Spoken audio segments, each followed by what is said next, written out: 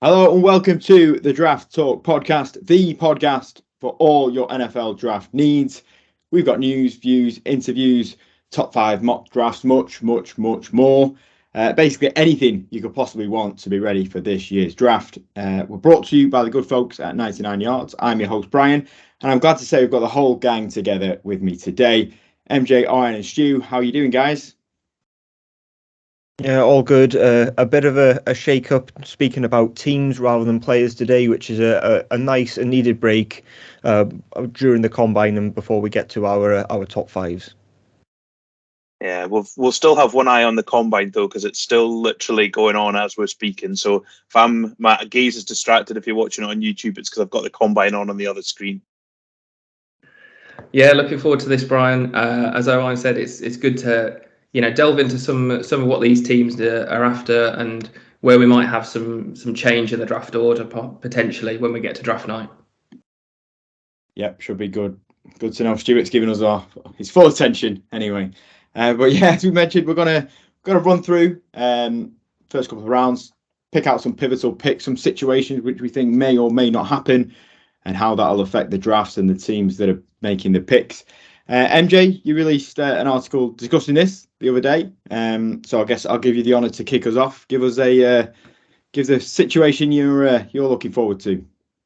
Okay, thanks, Brian. Yeah, this was just something that I thought I'd have a look at and just look down that first round and see where we might have some movement, try and give some reasons why teams might be looking to make a change as we get closer to the draft.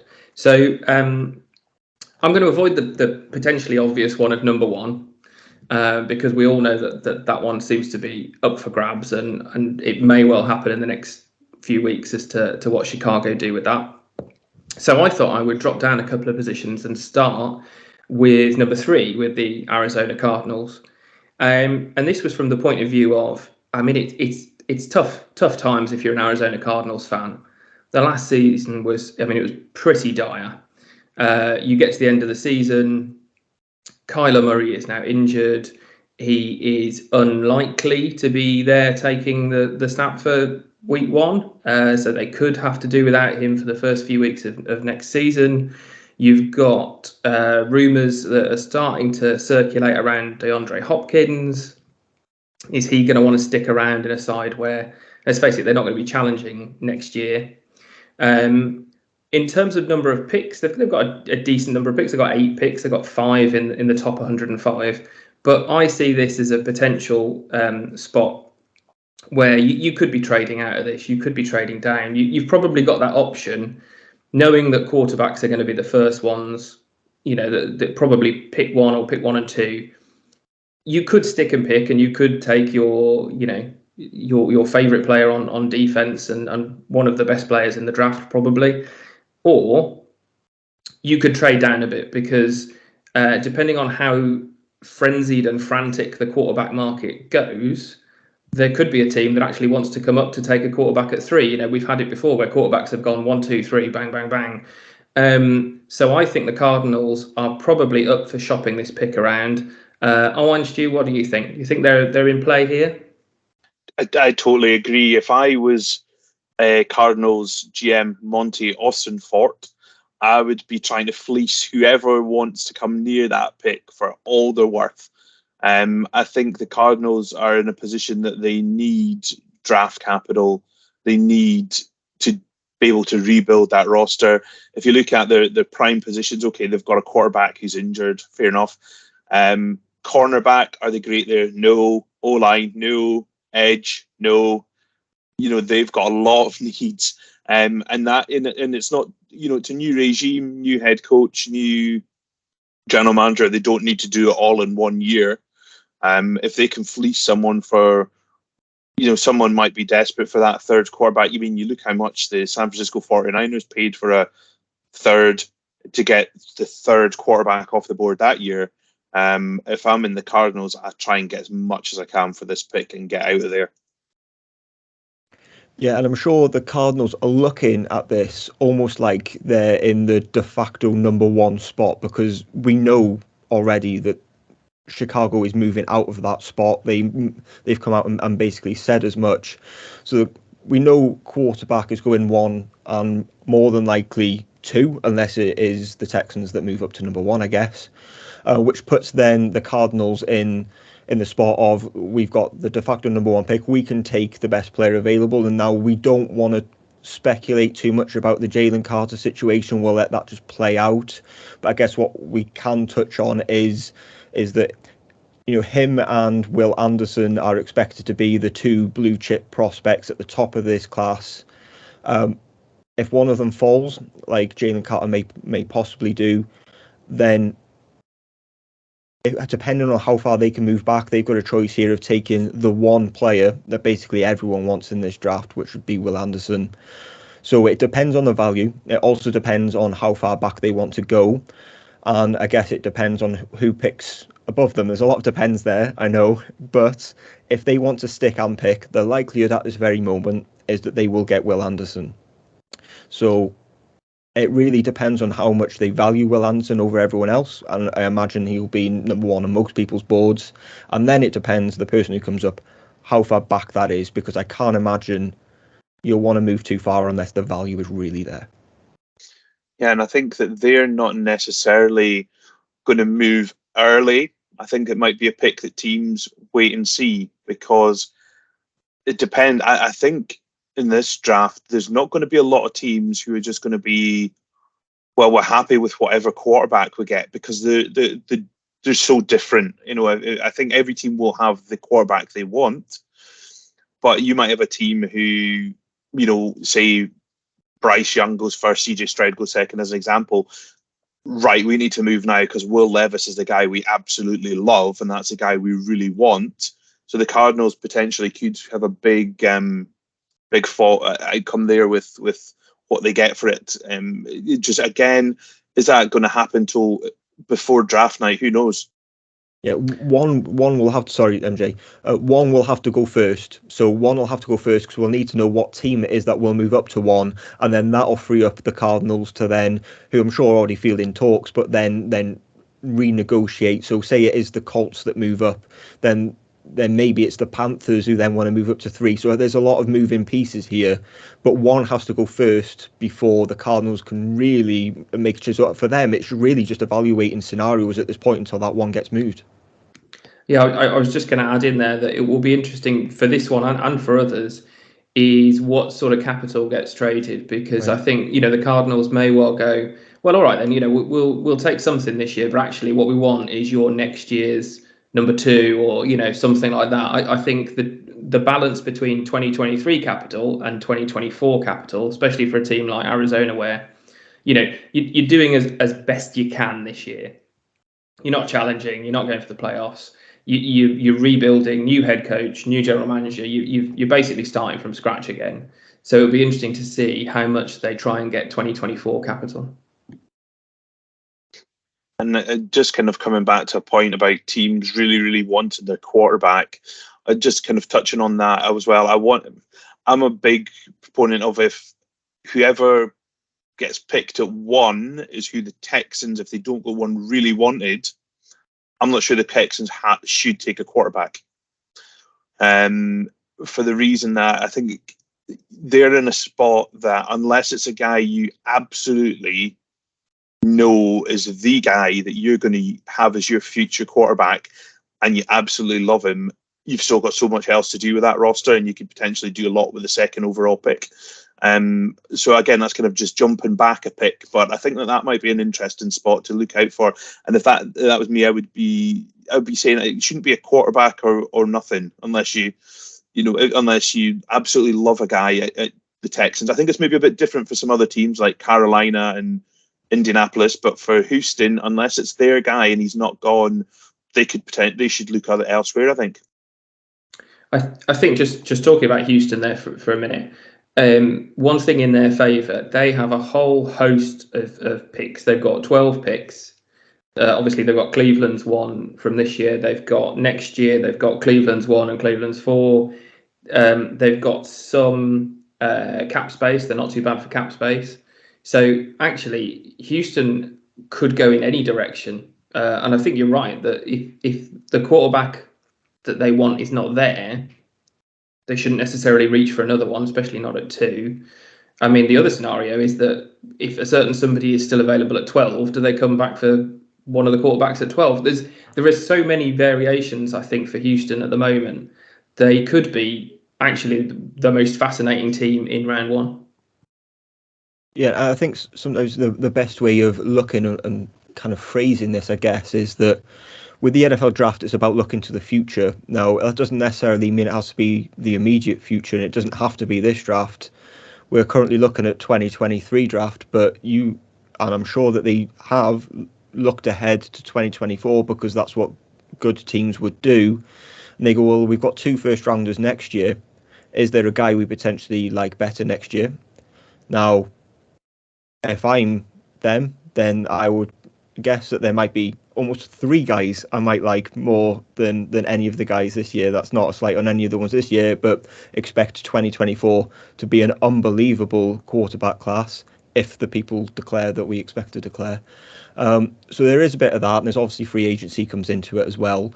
But yeah, there is definitely a case to be made that Houston just take and build a team and then slot a guy in like Caleb Williams, who will more than likely be the number 1 pick next year. He is that good. He is a Trevor Lawrence type prospect that they're going to be bad next year, whatever. Whether they could take a quarterback or not, they will be bad. So it's all about how they evaluate and how much they can pump into the future. Now, I do think they will take a quarterback, and that's because their GM is under real pressure to do something just something average at this point, because they've been so bad for so long that with DeMeco Ryans coming in as head coach, kind of reset the clock there.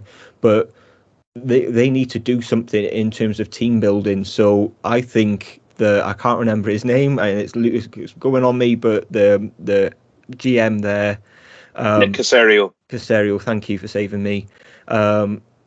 He's under real pressure. If this draft class is bad, he might not be making the picks next year. So that's why I think this has to be quarterback, simply because he's in job saving mode.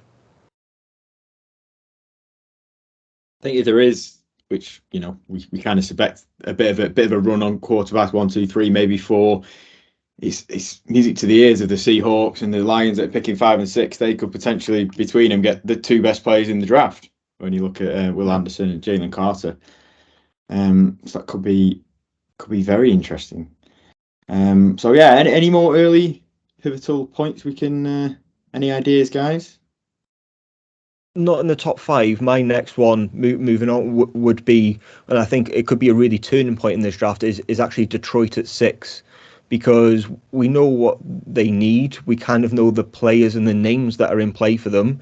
That's defensive end, whether it's Tyree Wilson or Miles Murphy, and then you've got corner, that could be Devon Witherspoon or Christian Gonzalez, and then you have, do they maybe want to take someone like Anthony Richardson, who could sit behind them, Jared Goff, and sit there for a year? So I think this actually is the one pick in the top 10 that I think could change the course of the whole draft, other than the potential trades, just because if they go corner, then we think we've got 2. It's a consensus top 2 who are potential top 10 prospects in this class at corner, in Devon Witherspoon and Christian Gonzalez. If one of them's gone, then the trickle down effect and the ripple effect that then comes from that, and then the same at edge. If they take one of the top edges, then again the trickle down effect and the ripple effect that will come from that, it goes all the way through the first round, because you're going to get to teams like Washington at 16, who we think really need a corner. Well, if Detroit take a corner at 6, then they're going to be quite limited in their options, in terms of there's not going to be a guy who's going to fall to them and not necessarily reach, but they might take one at 18 that's a little bit higher than they might want to, should we say. That's the way that I see the class anyway, that they're in a bit of a tight spot there. So I think what they do just impact so many picks further down the draft, that I think this is really, really pivotal to how the draft will function.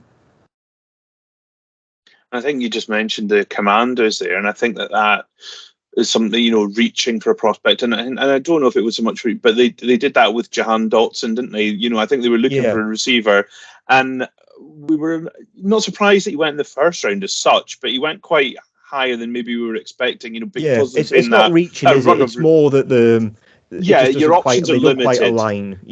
Yeah, and they'd had that run on receivers, right? And they were thinking, well, we need to get the next best guy. Yeah. And you see that if positions, then if Detroit don't take a corner, well, who are you looking at next to take a corner? Who's comes after them? You've got Raiders. Are they? Probably not. Falcons, maybe. Definitely. Yeah. And then we've got Panthers, probably not. So then that you've just got that drop down effect if they don't. But if they do, there starts to be that little bit of twitchiness, and then, well, we maybe better just jump up a few spots to just get the guy that we really want, and that could kick off things from there. I think you're absolutely spot on here with Detroit. The interesting thing that I've just been looking at is comparing mock drafts as they come out on NFL.com, just concentrating on that main site. And the top 5 at the moment is a consensus. It's almost the same top 5 every single time. It's, Jalen Carter's, Bryce Young, Will Anderson, and so on. When you get to 6, and I think this is where Detroit's front office would be delighted at the moment, it's a different guy each time that it comes out. It is quite often, as you mentioned, the 2 positions of edge and corner, but there's no general consensus over what Detroit are going to do. And yeah, if I'm Detroit's front office, I'm delighted at that, because that's exactly what I want to do. I want to keep everybody guessing as to what it is I'm going to do. And they're in such a great position, aren't they? I mean, as a franchise, they under Dan Campbell, they really have turned things round. In that, we're probably expecting by the time we get to the opening of the season, they're in there to be the favourites for the NFC North, given the way it's shaping up. So yeah, I think it'll probably be edge and corner, and it is at this particular point where, as you say, as soon as one gets taken, whether it's edge or corner, I don't think it will be O-line just yet, but as soon as one's taken, people get twitchy and they start to fly off the board, and I think this could be a draft where position groups start to go in clusters.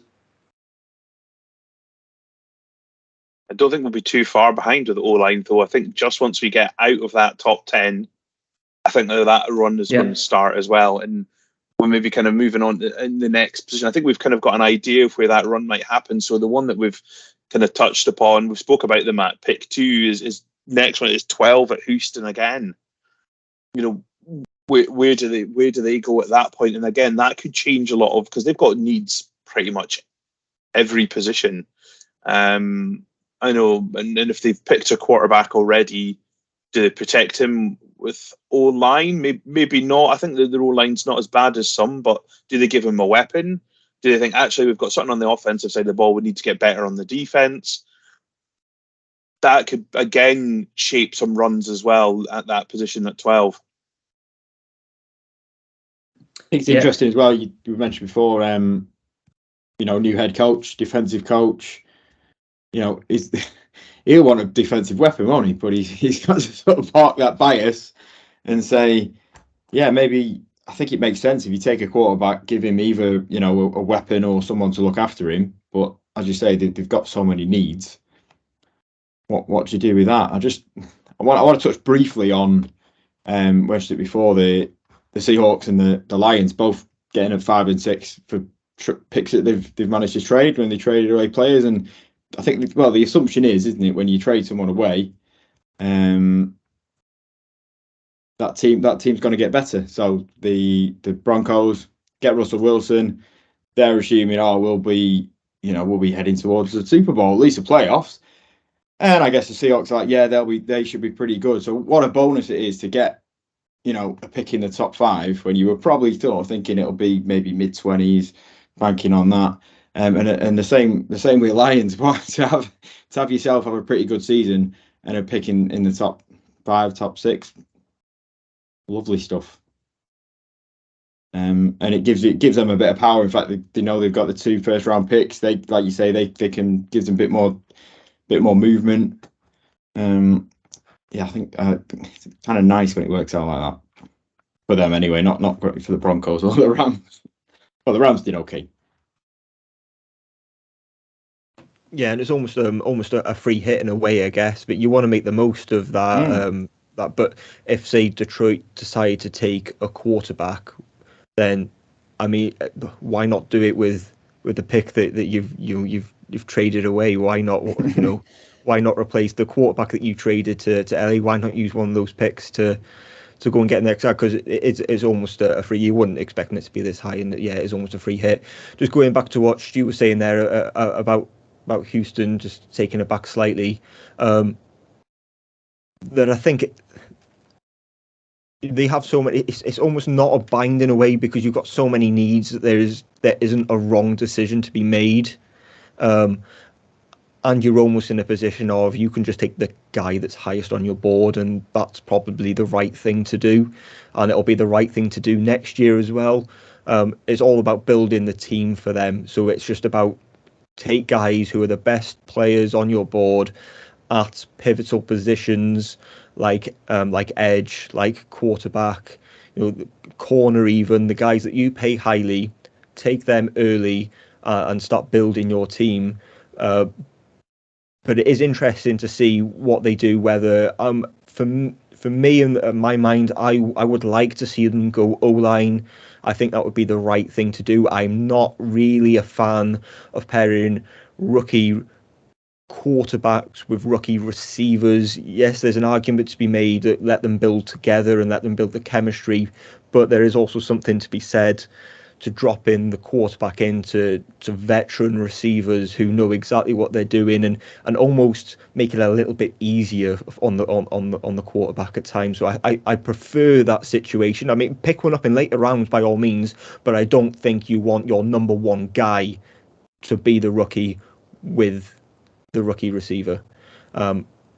So I would go O-line, but I don't think there's a right decision. They just need to take the best player for them.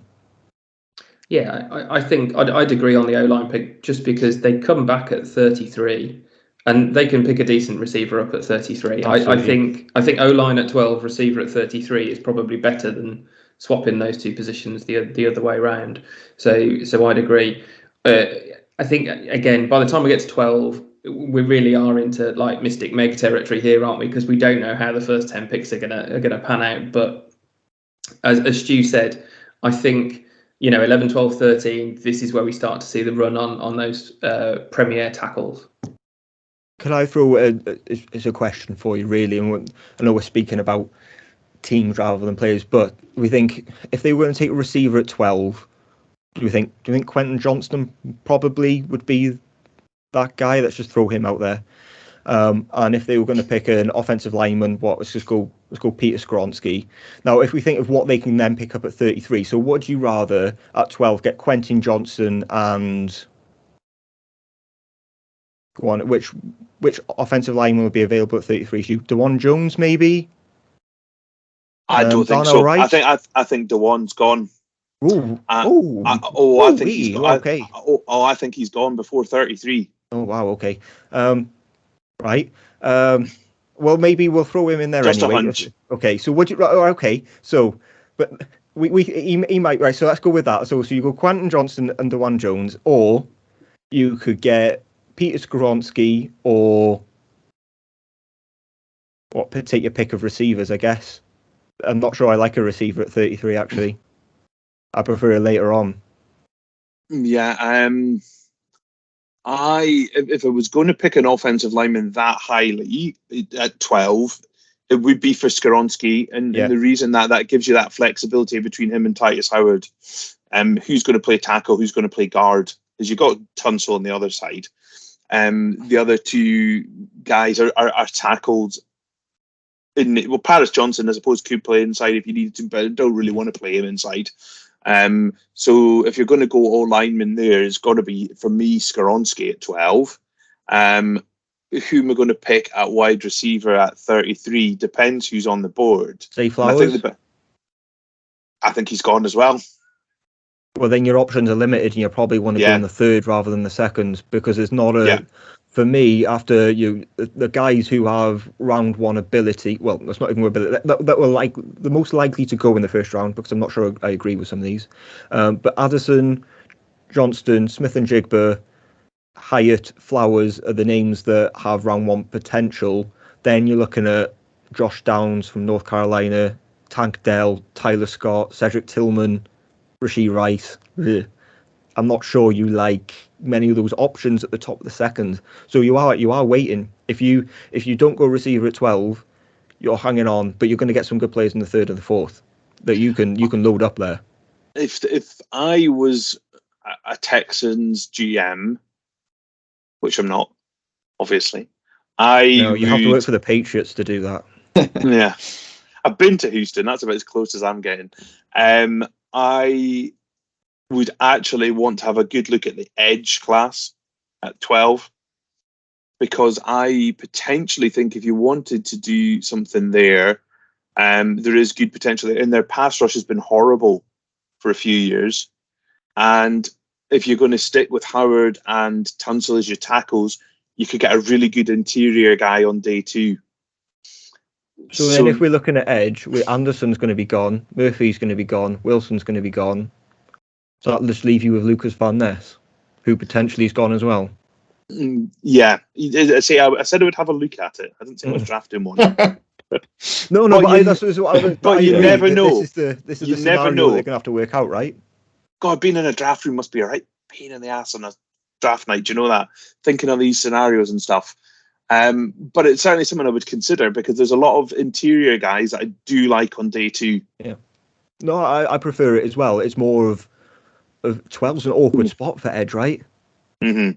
Because I even think that we've not seen Lucas Van Ness test as we are recording this. As you're listening, you will have.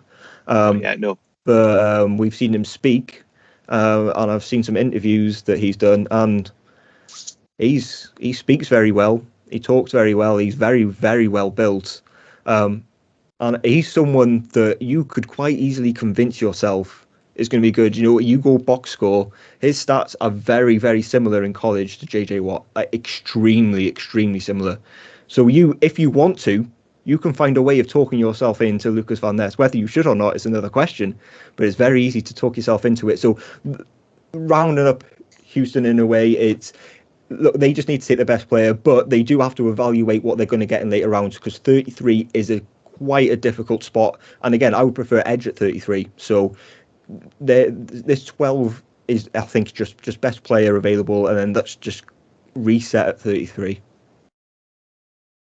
That was an easy discussion, wasn't it? Welcome to the Houston Texans podcast. Yeah. Who knew that the Houston? It's the first time the Houston Texans have been interested in a couple of years. Oh God. Looking we'll go a little bit further down than 12.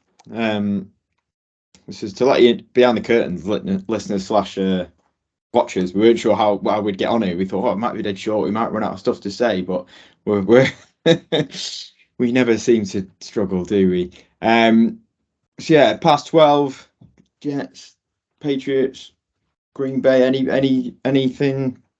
Any scenarios there popping up? Oh, skip them. They're all boring. Let's get to fun teams. Yeah, it would be the one comment is 17 with the Steelers. They need O-line, whether that's interior or at tackle. You know, the 3 tackles we expect to be off the board at this point, the big 3 in Broderick Jones, Paris Johnson and Peter Skronsky. They could potentially be in play for the 4th one. Likely to be Darnell Wright at this point by the looks of it. Feels a little bit early, so it depends. And again, I think corner could be in play here. They've got the ties there, haven't they, with Joey Porter? That just feels like a pick waiting to be made. That could change also depending on what they do. And again, the ripple effects that I was talking about before, that's another one that could filter down quite easily. If they take the next corner, if they take the next offensive lineman, then that possibly prevents further down, especially Detroit picking after them if they don't go at 6 at corner. It's just come to me when you're talking about corners there. What happens when the Rams trade Jalen Ramsey to the corners? Throwing another spanner in the works there. Because that's one that's been talked about a lot could happen. And again, that could change. I know we're talking about pivotal picks, but that could change the corner market as well. If a corner needy team decides we like Jalen Ramsey for for a short bit better than some of the guys that are coming out. Again, that's just going to bump things around. Don't Sorry, that tell was me a bit of an aside there. Sorry. It's all right. No. Don't tell me the Rams are going to be involved on night one. When did that happen? Was it in black and white when that last happened? I can't remember. Yeah. Was it Jared Goff, I think? Yeah, it was. Yeah, Oh, wow. I was actually joking. yeah it was. The next couple that I had, which kind of flips it a little bit, and talking about teams that are they all in, on a Super Bowl kind of challenge or not? And it's funny because they're right next to each other are 22 and 23, Baltimore and the Vikings. Because they're both in the same boat in a number of different ways. Both have only got 5 picks. Both made the playoffs last year, but didn't really look like they were going to challenge seriously. They were out pretty quickly. Baltimore have got the problem, with Lamar Jackson. That is as a distraction at the moment. Are they going to sign him up or not? Baltimore have got the likes of Cincinnati, Kansas, Buffalo. They're going to have to get past. Do they think they can get past them at the moment, or not a hard reset? But are they going to look to try and get more draft picks, or are they going to look to use what little capital they've got and try and move up if they secure Lamar Jackson? Obviously, if they don't, then everything's up in the air for Baltimore. And for Minnesota, they've got a few guys who are potentially free agents this year. It's probably goodbye to Patrick Peterson. Dalvin Tomlinson is up, Garrett Bradbury. But then next year, 2024, they're going to have to sort out Kirk Cousins, Justin Jefferson, TJ Hawkinson. They are at the moment 23 million over the cap. They seemed like a team who were going for it last year. Green Bay were faltering, and did they see this as their Super Bowl window? So the Ravens and the Vikings, chaps, what are we thinking here? Are they only 5 picks? Are they best player available? Are they going to move back? Are they going to go for it? Maybe try and trade up? Yeah, Alex, you come here. The only thing I was going to say is that the cap, Kirk Cousins isn't going to.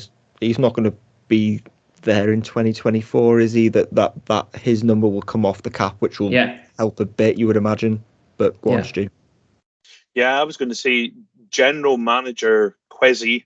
Can't remember how to say his surname. Mensah. Yeah. He's not scared of a trade. He's not scared of who he trades with and what he does with. And I mean, last year they went from 12 to 32 or something like that with an interdivisional trade.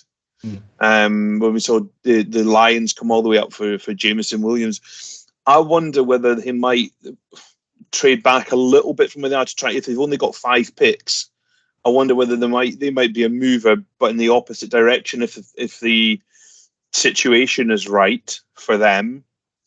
I have a sneaky suspicion that they might be interested in Bijan Robinson if he's available, and shipping out Dalvin Cook, someone who potentially gets some draft capital for and get some money off the books as well. But I don't know. Again, I know we're not talking about players. He's a really difficult player to fit, but I wonder if the Vikings might be someone who'd be interested if he's within striking range.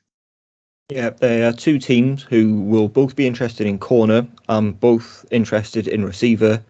Both potentially interested in edge. We know the Ravens love to do that, whether they have a need there or not.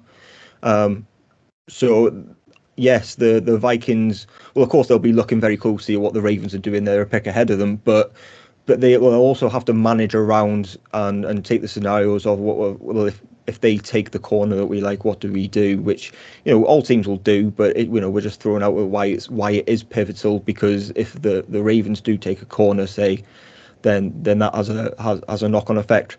Are we ready for some drama, some stirring of the pot? Because at the combine, Eric DeCosta has been at the podium asking about receivers, quoting, "If I had an answer, I've seen this. That would probably mean I had some better receivers. We're going to keep swinging. If you want to lock, I'll be locking up the Ravens to be taking a wide receiver at 22. Did you see Rashad Bateman's retort? Rashad Bateman decides... Oh, he's not happy. Not happy at all. How about you play... How about you play to your players' strengths and stop pointing the finger at us in 8? Blame the one that let us do this. We take heat 24/7 and keep us healthy. Care about us and see what happens. Wow. Lads. Do you think does as not well? sound happy. That doesn't sound happy, and I saw that just before we kind of came on air. He has apologised. He has done one tweet that just says apologies, and that's the only word in the tweet. But perfect. Do you wonder if there's just an Perfect non-apology apology? Do you wonder if it's just not a happy camp there, and that's why Lamar's holding out? He's just not. It just doesn't sound a happy workplace, does it? Yeah, because the NFLPA stats came out, didn't they? And the Ravens were fairly well down the bottom for most categories, I think I remember. And it was clear towards the end of the season that all of those problems with Lamar and the injury, you could tell that there was stuff going on in the background. And obviously Bateman's had his injury concerns as well. But yeah, that does not sound like a happy camp at all, which is something they're going to need to sort between now through free agency. And I think the Lamar cloud will just hang over them until that's resolved. Yeah, I guess looking at it from outside, ignoring those quotes, that I would almost say another receiver in that group possibly helps the other receivers, because especially if you add some speed and a different type of receiver, they just have gone after the same type of guys constantly, which just, it's not necessarily easy to defend, but it's easier to scheme for, right? When you just don't have that field stretcher, that if they can add some speed, or if they can add a guy that's got contested catchability like Quentin Johnston, that just changes things. It's going to make Rashad Bateman happier because he can get open. He wins with separation, not necessarily with his long speed. So it's going to make it easier on everyone. If whoever is the quarterback, it makes it easier on them as well. The Baltimore's almost a team that seems to be almost there every year, that missing a couple of bits, and especially if they could get that passing game together, they're there or thereabouts. There's no doubt about it. So I think receiver, taking what we think and then those quotes into play, I think receiver was the correct assumption. It's almost feels like the right thing to do, as long as the right one's there, because I'm not having Jordan Addison there really, and there's just a lot of guys that are like the people that they've already got, and you just can't keep doing that.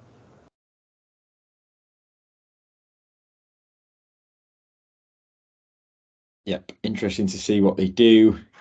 Strange situation with the quarterback, isn't it? But we'll see what happens. Probably going to get tagged. And I should have put my Rashad Bateman top on for this, shouldn't I? I should have gone up and got changed before recording. He's got to have a big second season in the Third now, yeah. Oh, bloody hell! How long we've been doing it now?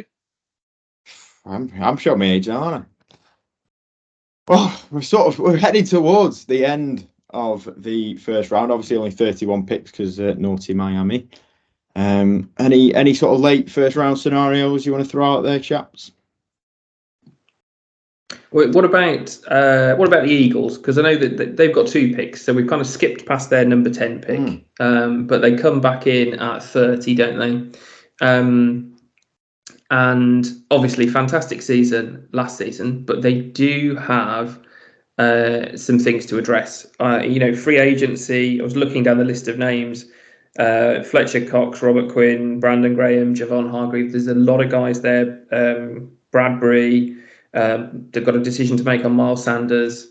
There's a lot to play with there. Again, they've only got 6 picks, and let's face it, recent drafts, Eagles love to play around on draft night. The moves that they made in order to get Devonta Smith, the trade on draft night for AJ Brown, they love getting in the mix. They love mucking about, and basically still getting the player that they wanted after having moved around the draft board. And it's almost like some kind of 3-card trick. You think you're following the ace, and then all of a sudden it's disappeared, and the Eagles have got it. So what do we think about the Eagles? Because I think if I wanted to have a safe bet, it's that they will not pick at 10 and 30 on draft night. Go on, Stu. That stumped me. Yeah, I wasn't expecting that, MJ. So it's good to have a think about. Ooh. I think the Eagles are in that window still. They were so close this year that I think that they feel they're not far away again. That, yeah, I think they will definitely pick at 10. I can't see them moving from 10. And if anything, if there's somebody they really like, I could see them going upwards from 30 rather than downwards.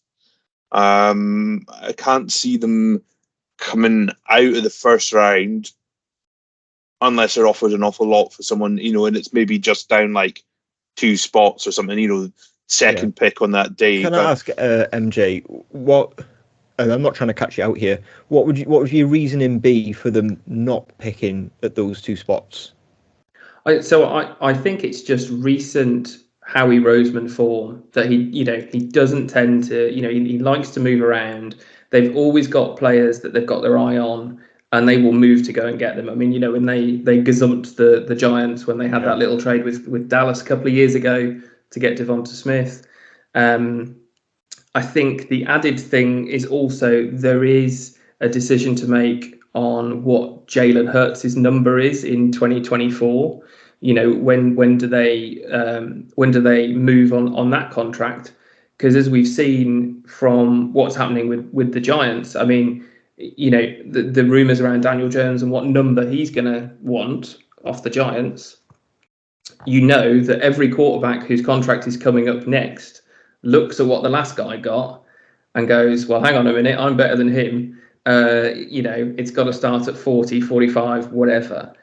And I think they will still feel they're in that window. I think they're very good at getting in rookies to fill those gaps as the more senior players, as they move on from those more senior players.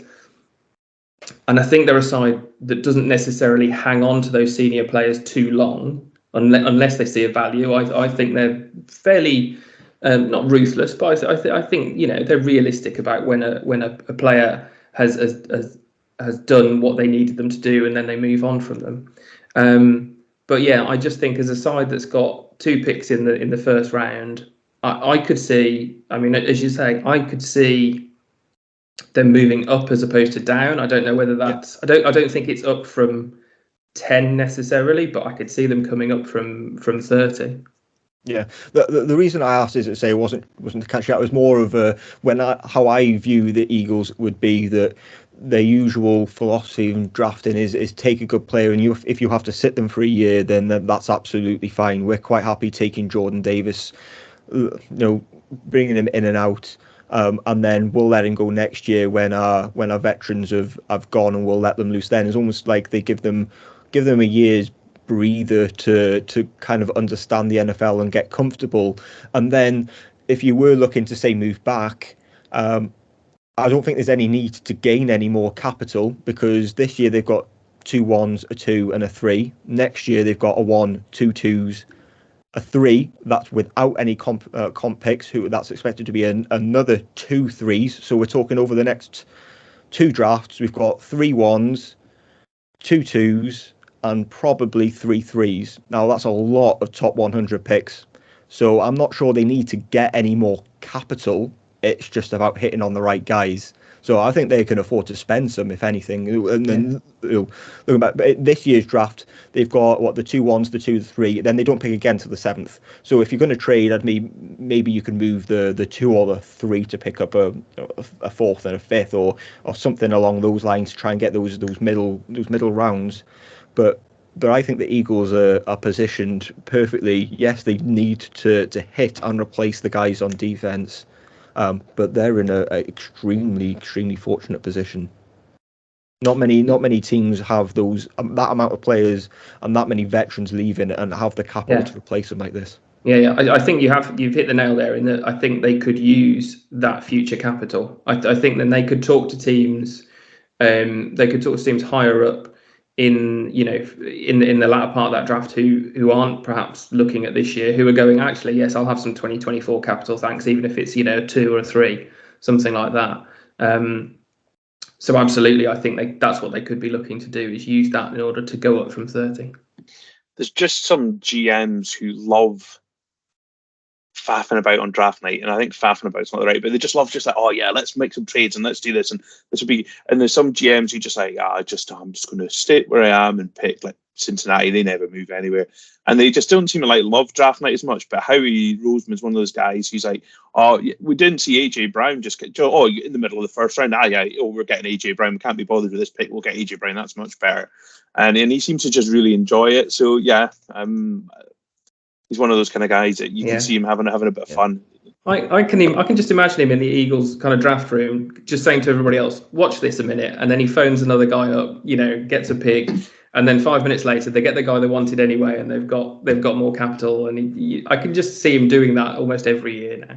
It's like you just trust him to get it right as well, don't you? Yeah.